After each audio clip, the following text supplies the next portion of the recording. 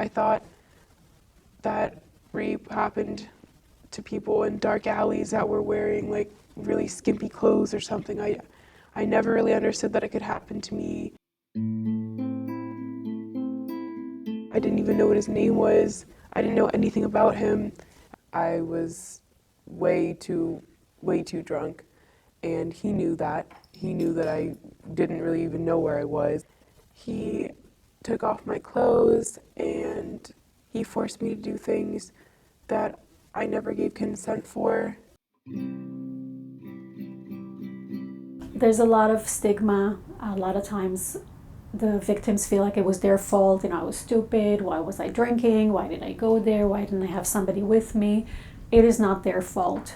They are not the one who decided to take advantage of somebody in a vulnerable position. And I was like, but I don't want to. And he's like, it's fine. And he held my arms down and started to, but then he decided he wanted to go downstairs, so he picked me up and like carried me back down the stairs and then like held me down on the bed. And it didn't matter how many times I would shower, I still just felt disgusting. And it always felt like I was gross and I needed to just scrub the rape off of me. I felt really empty, especially like right after it happened when I didn't really have anyone. It was really hard to just hold it in because that's the only thing I was thinking about. I didn't want to admit it was real or anything, but it still will affect you. It affects how you view yourself. It affects how you view other people, especially it affects how you view boys. I wasn't really able to have a normal conversation with a guy for maybe like 3 months after. People have relationships, intimate relationships in their life.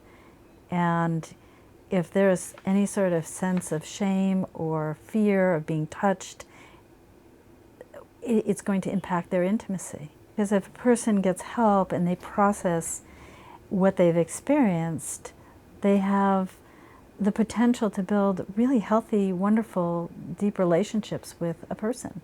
And when I finally did talk about it, I missed school for 2 weeks. I couldn't get off the couch. I started going to therapy. I blocked everyone out for like a month.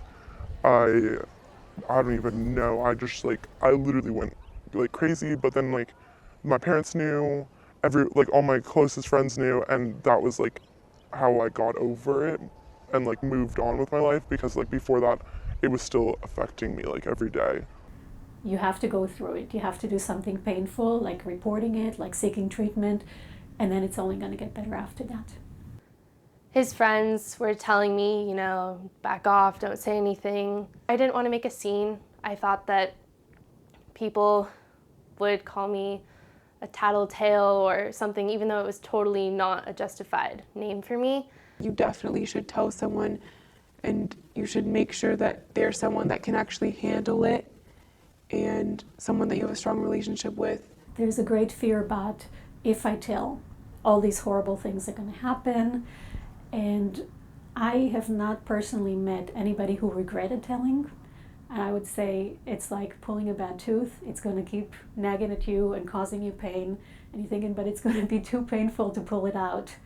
Yes, it will be, but you're going to get relief afterwards. So I would be walking into class and he would touch me, or we would be listening to a lecture in class or a presentation or even movies, and he would touch me again. And then a couple of months went by and I didn't really want to say anything because I wasn't really sure what to identify this whole process as, because he was one of my really good friends.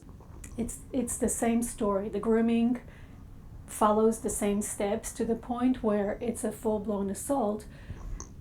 The victim feels like, oh my God, I already have trust with this person. I can't report them. Nobody's going to believe me at this point.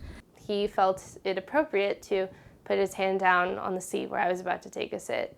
But then I was like, oh, your hand's there, like, sorry, I sat on it, taking the blame. He started moving his fingers and putting his hands in places that absolutely no one should put there. At that point, I was like, this should not be a stage in this whole progression. It should be the absolute cutoff. And I let it go way too long. But those people who have been in therapy and have worked it through, there's a sense of relief and clarity, and that they've been able to move on, a certain forgiveness for the perpetrator and for themselves. They're more empowered.